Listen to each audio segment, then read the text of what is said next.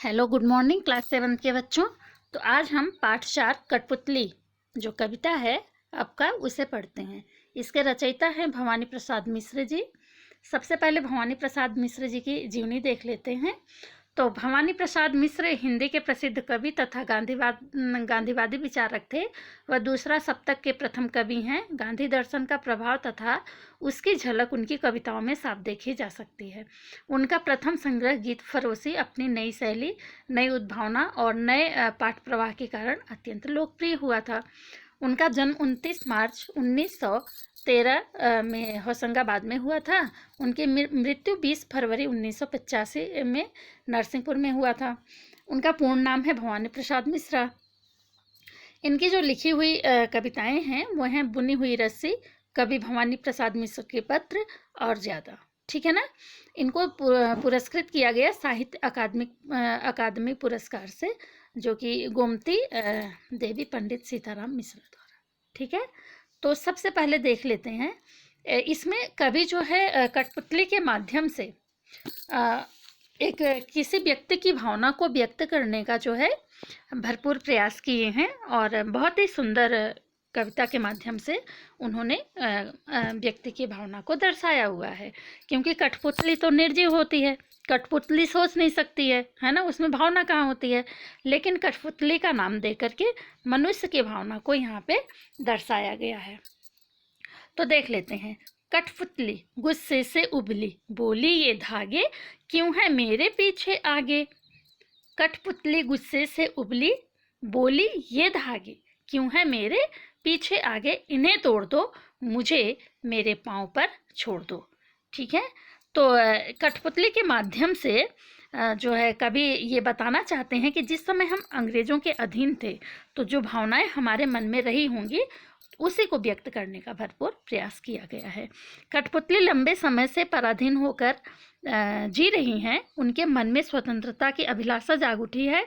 अपनी पराधीनता को देख कर एक कठपुतली गुस्से से बोल उठती है कि वह जो है ये धागे हमारे आगे पीछे क्यों लटके हुए हैं, इन्हें छोड़ दो, मुझे बंधनों में जकड़ करके क्यों रखा गया है, क्यों हम पराधीन होकर जीने को विवश हैं, इन्हें तोड़ दो और हमें हमारे पाँव पर स्वतंत्र छोड़ दो। ठीक है ना।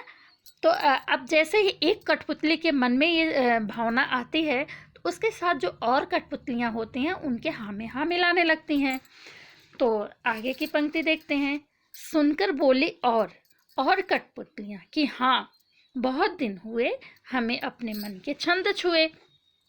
ठीक है ना। और कठपुतलियाँ भी अपने मन की भावनाओं को जो है पहली वाली कठपुतली के मन से जोड़ देती हैं। एक कठपुतली को दुख से बाहर निकलने के लिए विद्रोह करता देखकर या उसके मुंह से विद्रोही स्वर निकलता देखकर बाकी कठपुतलियों ने भी उसकी हाँ में हाँ मिलाई। वे कहने लगीं कि हमें बंधनों में रहते बहुत दिन बीत गए, हम भी बंध मुक्त होना चाहती हैं।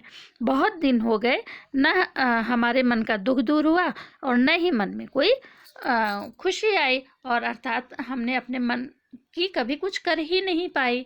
मगर पहले कठपुतली सोचने लगी, ये कैसी इच्छा मेरे मन में जागी, ये कैसी इच्छा मेरे मन में जागी। स्वतंत्रता तो सबको अच्छी लगती है बच्चों, है ना, सभी स्वतंत्र रहना चाहते हैं। परंतु जब पहली कठपुतली पर सबकी स्वतंत्रता की जिम्मेदारी आती है तो वह स्वयं से प्रश्न करने लगती है कि उसके मन में ये कैसी इच्छा जाग उठी। क्योंकि सिर्फ इच्छा जागने से ही नहीं होता है, हमें अपने पैरों पे खड़े होने के लिए हमें आत्मशक्ति की ज़रूरत होती है, और जो कि उन कठपुतलियों में नहीं थी। इस विषय में बिना सोचे समझे कदम उठाना उचित नहीं होता। अर्थात हमें भावावेश में आकर नहीं बल्कि विवेक से सोच समझकर ही कदम को आगे बढ़ाना चाहिए। तो इसमें जैसे कठपुतली शब्द है तो कठपुतली अर्थात अगर शब्दार्थ कहें तो काठ की बनी हुई पुतली जिसमें डोर से बांध कर नचाया जाता है। ठीक है ना। गुस्से से उबलना, अत्यधिक क्रोधित होना, पाँव पर छोड़ना, मुक्त कर देना, मन के छंद छूना, मन की करना या मन में खुशी होना। ओके। अब आ जाते हैं इसके अभ्यास प्रश्नावली में। कविता से आगे। कठपुतली को गुस्सा क्यों आया। तो कठपुतली को सदा दूसरों के इशारों पर नाचने से दुख होता है, क्योंकि उसे चारों ओर से धागों के बंधन से बांधकर रखा गया था। वह इस बंधन से तंग आ गई थी। वह स्वतंत्र रहना चाहती हैं, अपने पांव पर खड़ा होना चाहती हैं। धागे में बंधना उन्हें पराधीनता लगती है, इसलिए उसे गुस्सा आया। अब दूसरा क्वेश्चन है आपका, कठपुतली को अपने पांव पर खड़ी होने की इच्छा है, लेकिन वह क्यों नहीं खड़ी होती? अब इसका आंसर देखते हैं। कठपुतली अपने पांव पर खड़ी होना चाहती है, अर्थात पराधीनता उसे पसंद नहीं, लेकिन खड़ी नहीं होती क्योंकि उसके पैरों में स्वतंत्र रूप से खड़े होने की शक्ति नहीं है। स्वतंत्रता के लिए केवल इच्छा ही नहीं, क्षमता की आवश्यकता होती है, जो कि कठपुतलियों में नहीं है। ठीक है ना। तो तीसरा क्वेश्चन है, पहली कठपुतली की बात दूसरी कठपुतलियों को क्यों अच्छी लगी? जब पहली कठपुतली स्वतंत्र होने के लिए विद्रोह किया तो दूसरी कठपुतलियों को भी यह बात बहुत अच्छी लगी, क्योंकि बंधन में रहना कोई पसंद नहीं करता। वे भी अपनी इच्छा अनुसार जीना चाहती हैं। वे बंधन में दुखी हो चुकी थी। ठीक है। चौथा क्वेश्चन है आपका, पहली कठपुतली ने स्वयं कहा कि ये धागे क्यों हैं मेरे पीछे आगे, ठीक है ना, उन्हें तोड़ दो, मुझे मेरे पैर पर छोड़ दो। तो फिर वह चिंतित क्यों हुई? ये कैसी इच्छा मेरे मन में जागी? नीचे दिए वाक्यों की सहायता से इसमें अपने विचार को व्यक्त करना है।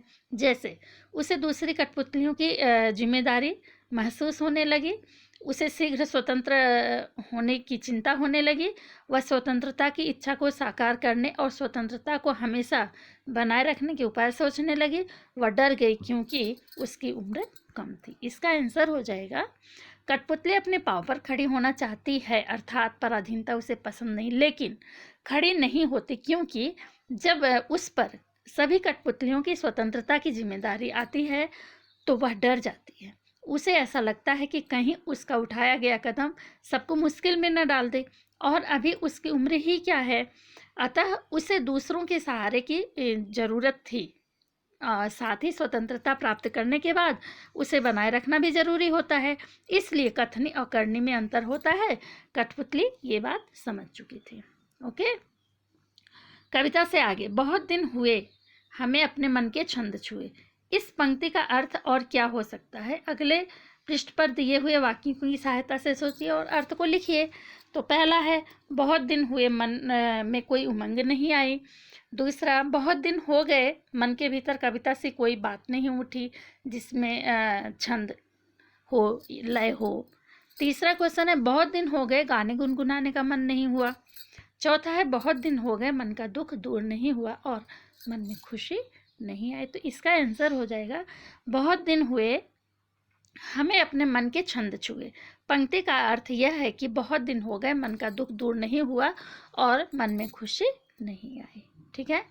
तो इसमें कुछ स्वतंत्रता आंदोलन के वर्ष दिए गए हैं, जिसमें स्वतंत्रता सेनानियों के नाम लिखने हैं। जैसे सन 1857, तो सन 1857 में आपने 2 ही लिखना है, पर मंगल पांडे जी, रानी लक्ष्मीबाई, तात्या टोपे, इस तरह से आप नाम लिख सकते हैं। और 1942 में चंद्रशेखर आज़ाद, भगत सिंह का नाम आप लिख देंगे। ओके बच्चों। भाषा की बात, कई बार जब 2 शब्द आपस में जुड़ते हैं तो उनके मूल रूप में परिवर्तन हो जाता है। कठपुतली शब्द में भी इस प्रकार का सामान्य परिवर्तन हुआ है। जब काठ और पुतली 2 शब्द एक साथ कठपुतली शब्द बन गया है और इससे बोलने में सरलता आ गई है। इसी प्रकार के कुछ और शब्द आपने बनाने हैं, जैसे काठगुलाब, कठफोड़ा, हाथ, हथसोना, सोना, मिट्टी मट इत्यादि। ठीक है ना। तो इस तरह से आप और भी शब्द इसमें ऐड कर सकते हैं, अपने हिसाब से जोड़ सकते हैं। ठीक है ना। जैसे हाथ और करधा, हथकरधा, सोना और चिड़िया, सोन चिड़िया, मिट्टी और मैला, मट मैला, सोना और परी, सोन परी, सोना और जूही, सोन जूही, हाथ और गोला, हथ गोला। ठीक है। कविता की भाषा में लय या तालमेल बनाने के लिए प्रचलित शब्दों और वाक्यों में बदलाव होता है। जैसे आगे पीछे अधिक प्रचलित शब्दों की जोड़ी है, लेकिन कविता में पीछे आगे का प्रयोग हुआ है। ठीक है ना। ये धागे क्यों हैं मेरे पीछे आगे, ऐसा है। तो यहाँ आगे का बोली या धागे से ध्वनि का तालमेल है। इस प्रकार के शब्दों की जोड़ियों में आप भी परिवर्तन कर सकते हैं, जैसे दुबला पतला, इधर उधर, ऊपर नीचे, दाएं बाएं, गोरा काला, लाल पीला आदि। तो इसका आंसर हो जाएगा पतला दुबला, जबकि अधिकतर जो प्रचलित शब्द हैं दुबला पतला आता है ना। दूसरे नंबर पे इधर उधर आता है, तो यहाँ उधर इधर है, तो ऊपर नीचे को नीचे ऊपर, बाएं दाएं को दाएं बाएं, काला गोरा, पीला लाल, इस तरह से इसका आंसर हो जाएगा। तो ओके बच्चों, थैंक यू। पूरे वीडियो को आप सुनिए, अच्छे से समझें और इस तरह से अपने प्रश्न उत्तर को हल कीजिए और इसकी व्याख्या को भी लिखिए। Okay bye.